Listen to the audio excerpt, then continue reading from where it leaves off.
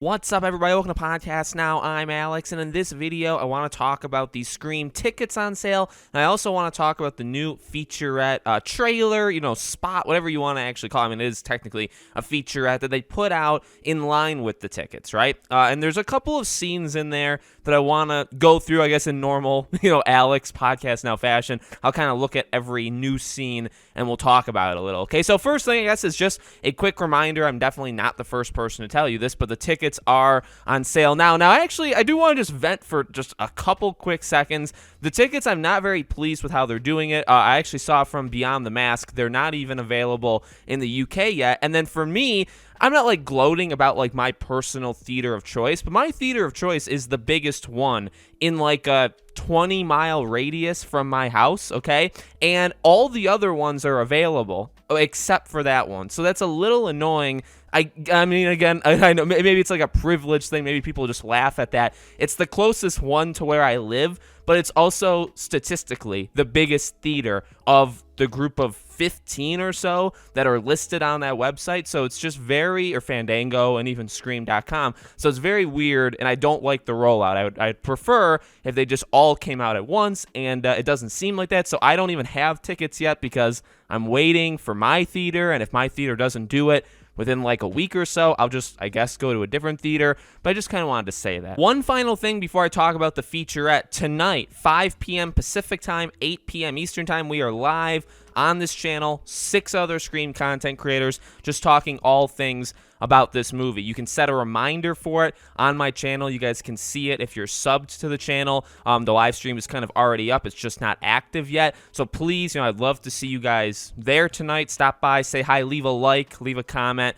and we'll go from there. Thank you all so much for the support, and now let's jump into the featurette. Okay. Now going to the featurette. Pretty cool, and honestly a couple of key parts that I want to focus on. One is we get a little bit extended, them kind of sitting around the school yards, the kind of equivalent, I would say, of Scream 1, where Dylan Minnette, right, Wes, is telling them, like, Ghostface is back, which we know, like, part of that because we've heard it before. But then he's talking to them basically about how to, what to do. I like them talking about cell phones and technology and stuff like that because you would kind of expect characters in this age with what Scream is to discuss that kind of stuff. Another thing, though, it actually almost highlights a glaring negative that people have already pointed out about this movie. Now, maybe they fix it or maybe they should give some sort of explanation, but the hospital being empty thing continues to annoy me actually every time I see it, and annoys me more and more every time I think about it, because that's not how any hospital on the face of the earth works,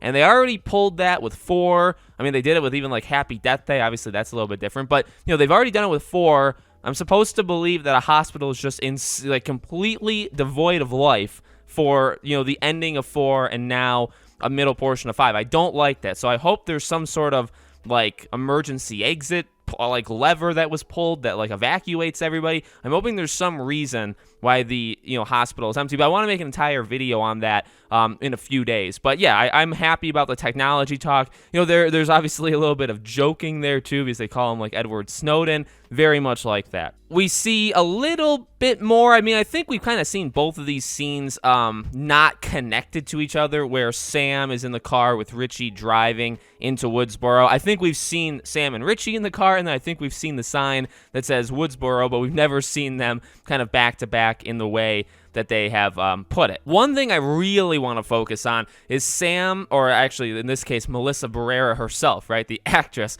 making it very, very clear every new character is connected to a legacy character. Now, that is quite the... I don't want to, it's not a spoiler, I guess it's not, right? But that is quite the hint, and that's quite a declaration, right? Because for one, you could say like the killings are connected or the killers are connected, but now you're saying every single character, okay? I believe there's like 9 or 10 new characters. Every single one of them is connected to a legacy character. That's kind of difficult, I feel like where does Vince fall in that?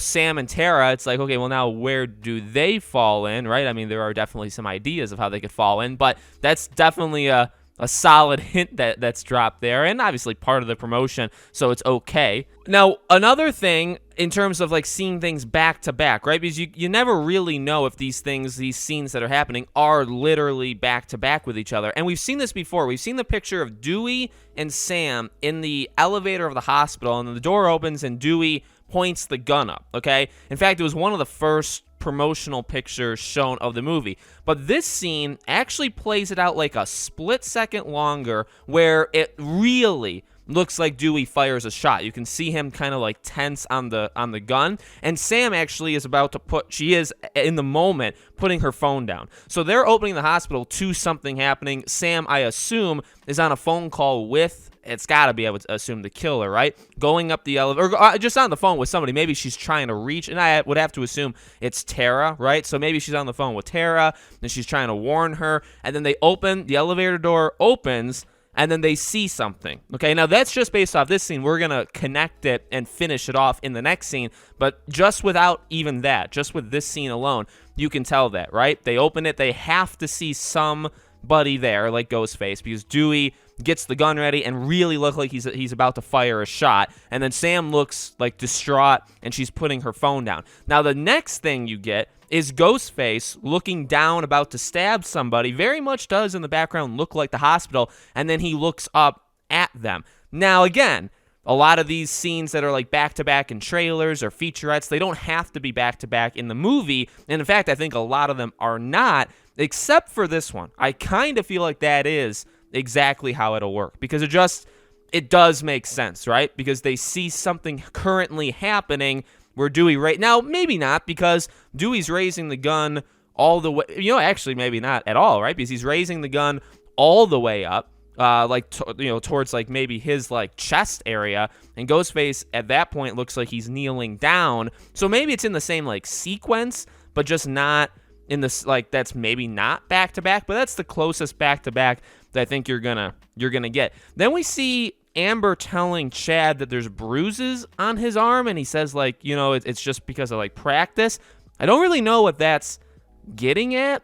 Is somebody like beating him up or like abusing him? I don't really understand what they're gonna do with that. I'm sure they will explore that a little bit in the movie. Next thing, okay, that's I guess an important thing, is Richie really, it looks like calming down or trying to calm down Sam in what looks to be the basement. And the reason I say the basement is because you see the fridge, which is the same fridge that Amber is going down the stairs to later on in this. And actually, we've seen that Amber thing before, right? It's the same stickers on it. It's the same beverages above. I like the promotion. I love Sprite. Sprite's actually my favorite one. But, that is definitely the same area. So this is like in the final act of the movie. Kind of, again, a little puzzling, and people are going to say, well, not everybody, Alex, is you're checking every single featurette or trailer. I guess, but I mean, like, what's funny is you clearly showed Richie getting attacked in the hospital, and yes, it's very clear he puts up his arm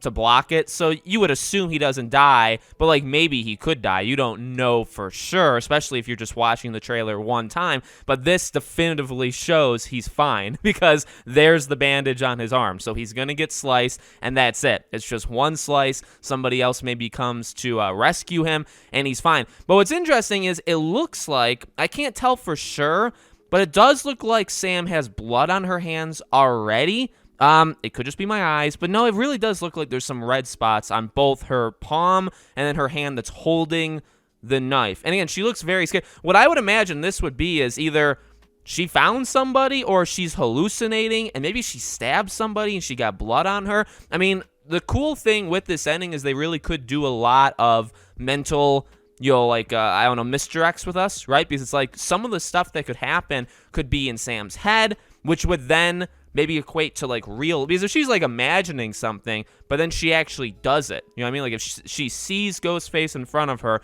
and she stabs him, that's in her mind, but she may have stabbed a real person in real life, so those and I mean, that's been done before in many things, but they could easily do that, and that would explain maybe the blood.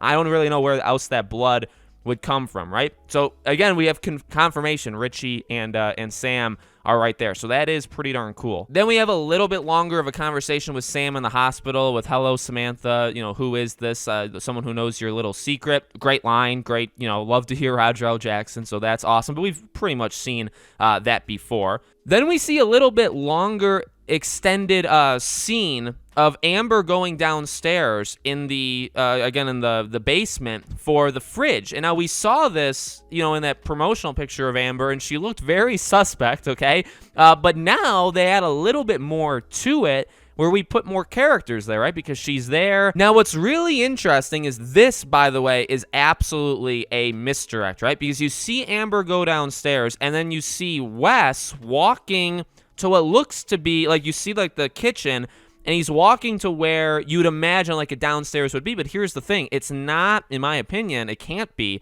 It's not the same house. I feel like this house that we see Wes in is his. So this is actually, I believe, from the beginning of the movie, where we've heard so many times where we've also theorized, like, Ghostface is in the house with Wes, and then Judy comes to try to save him, and Judy will most likely end up dead. I think this is that scene, but they're making it seem like it's actually the ending. Another weird thing is, like, we haven't seen Wes really at all beyond Dewey talking to them about the rules, about how you survive and all that stuff. After that, chronologically in the movie, we haven't really seen Wes at all in any TV spot or trailer or featurette. And then we get, again, a little bit more context. We see Mindy a little bit more. And then she says, don't trust anyone to Amber. So, again, I really just think that's at the very, very end. Again, Mindy's definitely good. Mindy's not attacked yet at this point. You know what I mean? So I think that's just to maybe make it a little bit, unknown of which one of them, could be it. But, again, there's just no way Mindy is it. They show a couple other, like, flashes. And honestly,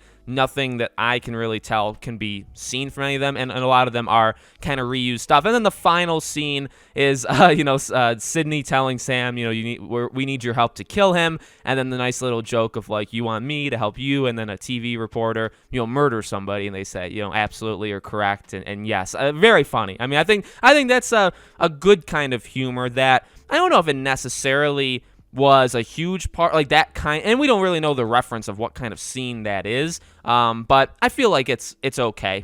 Basically what I just don't want, right, is comedy to ruin moments of, like, strong emotion. You know what I mean? I think Marvel movies have a huge problem with that, where they build something up and something is very powerful emotionally, and then they ruin it with a joke, because the joke just kind of takes the weight off, and Marvel does that quite often. I just don't want that from this. But again, these movies have always been funny, and there's always been these kind of jokes kind of placed throughout, and it depends on what you're doing. So if that scene is not meant to be some, like, massive, emotional buildup, it's fine to throw, a joke in there. So let me know what you guys think in the comments. Make sure you're subscribed to the channel. Hit the bell icon so you guys know when all these videos go up. Hopefully I see you guys later today. Again, 5 p.m. Pacific, 8 p.m. Eastern. We'll be live on the channel. I'll post it on Twitter. Other people will also post it kind of everywhere, okay? So I hope to see you guys there.